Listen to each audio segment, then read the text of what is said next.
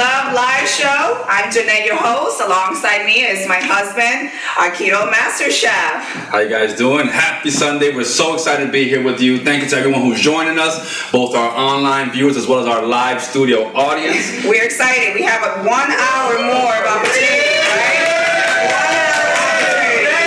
That's right. Today's daylight savings time, so we got an extra hour. That's right. We didn't use it for sleep, but we got an extra hour for sure. Preppy. Now, we want to just say we're a Keto Master Chef couple, and our mission is to help as many people as possible lose weight, combat diseases like diabetes and hypertension. Yeah. So if you know anyone like that, please, baby, what should they do? They should like our page, our Keto Cooking with Love live page. And please share along with your friends, families, those loved ones. You know, if you have anyone that's interested in a healthier lifestyle or keto, keto lifestyle, please like and share our page. Thank you. Thank you. So we're about to get into this amazing recipe today, but before we do that, we always kick off our shows with a cocktail from cocktail. season 1. So we will put this this recipe for season 1 in the link below. Yeah, okay? Yeah, and what are we drinking today, my love? We're drinking a pina colada, mezcal pina colada. That's right. Mezcal. So this is going to warm us up a tad because it is a little bit brisk out there. That's right. So cheers to everyone that's here with us. Salud. For our audience.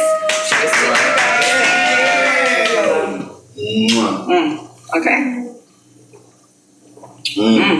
That's so this good. Is really good. We could just end the show right now. Yum. Very, very yummy. Woo, that's delicious. Thank You definitely have to check out the recipe for that. Yeah. So today we're making a Dominican classic. If you've ever had an authentic Dominican breakfast, that's what we're having today. What are we having, baby? We're having tres golpes. That's right. So 3 punches, we're gonna call it. All right. Which one you want? So this dish is traditionally made with plantains, mashed plantains, and unfortunately plantains, the banana family, is very starchy, very sugary, and it's carbs.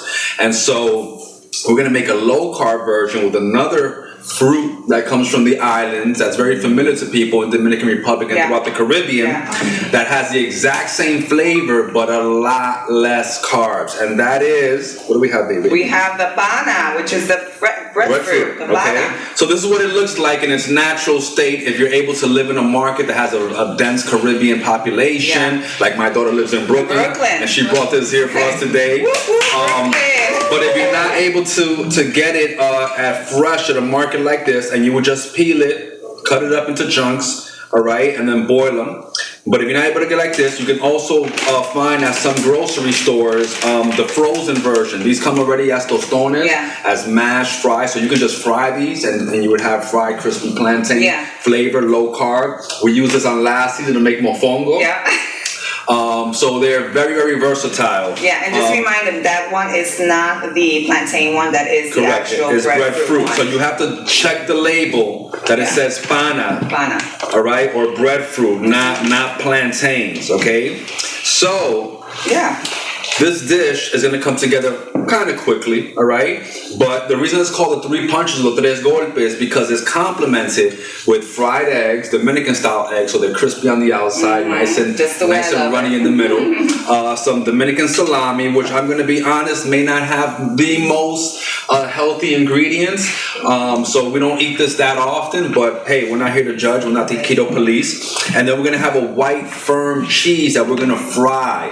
For anyone that knows about like Mediterranean food, this would be like very similar to halloumi, but it's just a white firm cheese. It's called queso de freír, all right, because it's a white, soft, mild flavored cheese, but they've taken a lot of moisture out of it so that you're able to fry it, all right. That's going to be topped off with some pickled onions. We're going to make all of this for you right here, right now. So let's get into it, baby. So we have the first thing that we're going to make actually is, let's see how our water's coming along. Okay, let me get this on the stove. We're gonna boil some water. Yes, baby, turn it on. Get it on.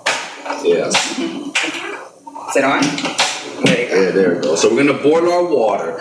Now, a cool thing about when you cook things that don't have a lot of starch, like if you was making this with plantains or things that are starchy, or pasta, things that are grains, you would add a little bit to make your water salty. But because this doesn't have a lot of starch, you want to make sure not to over salt your water the way you would if you was making a traditional mangu. So you're just gonna lightly salt the water. And another great thing is, because it's not starchy, is it cooks very quickly. Yes. Okay, similar to cauliflower, how it cooks so much faster than potatoes.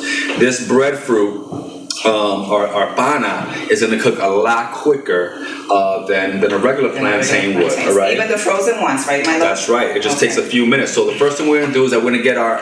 And again, you can, if you were feeding a big group of people at home, you want to get this cooking. You want to start frying off your salami, your cheese, get your egg, your onions pickled. All right, so you can batch this in advance and have everything nice and warm in the oven. We're gonna make it here for you live. So the good thing is that we're showing them an alternative of how they can just lower the amount of carbs by using the breadfruit. Absolutely. And for any Dominicans, Puerto Ricans, Cubans, or Caribbeans that partake in plantain and they feel bad that they're giving that up potentially on a ketogenic lifestyle, you don't have to. This is the exact same flavor, and in fact, it's more versatile because plantains, if you don't cook them right, they have a way of being dry and chalky on the inside, and they don't reheat that well. Breadfruit, it's like bread and plantains had a baby.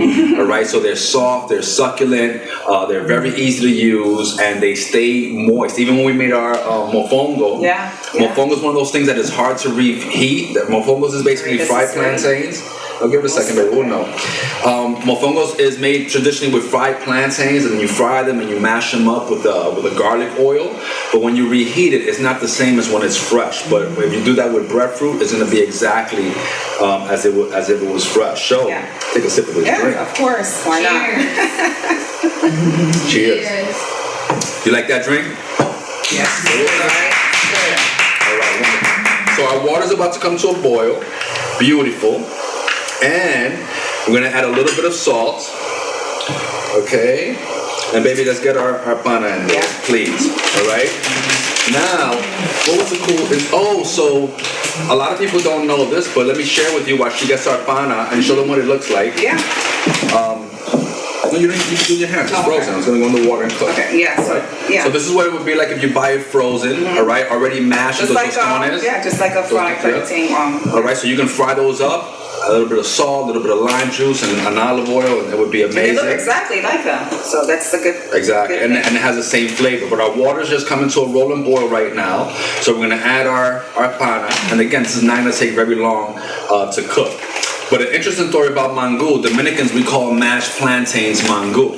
But what many people may not know is that mangu originates from Africa, and traditionally, in Africa, it was called fufu. Yeah. All right. So a lot of people in the Caribbean may still call it fufu, but the way that it got the name mangu, many people don't know, was that in the early 1900s, the United States military occupied a lot of countries in the Caribbean.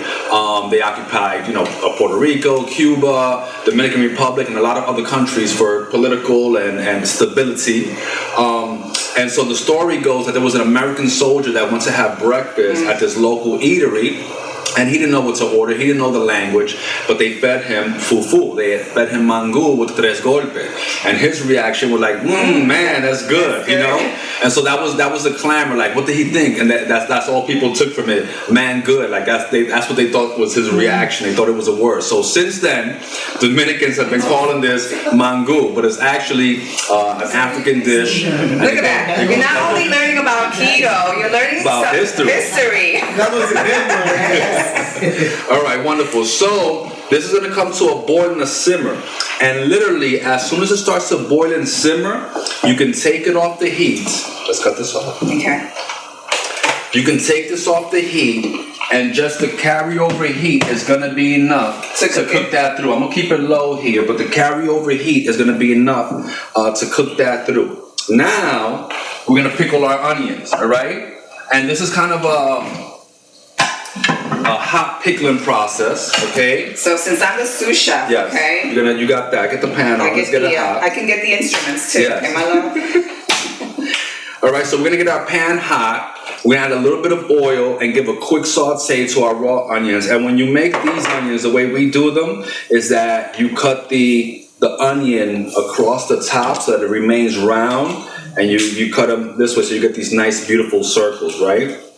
So we're gonna pickle these very quickly, and these make sure it's high. That's the heat, my love. High. Yeah, there you go. All right, otherwise we'll be here 4 hours. Okay.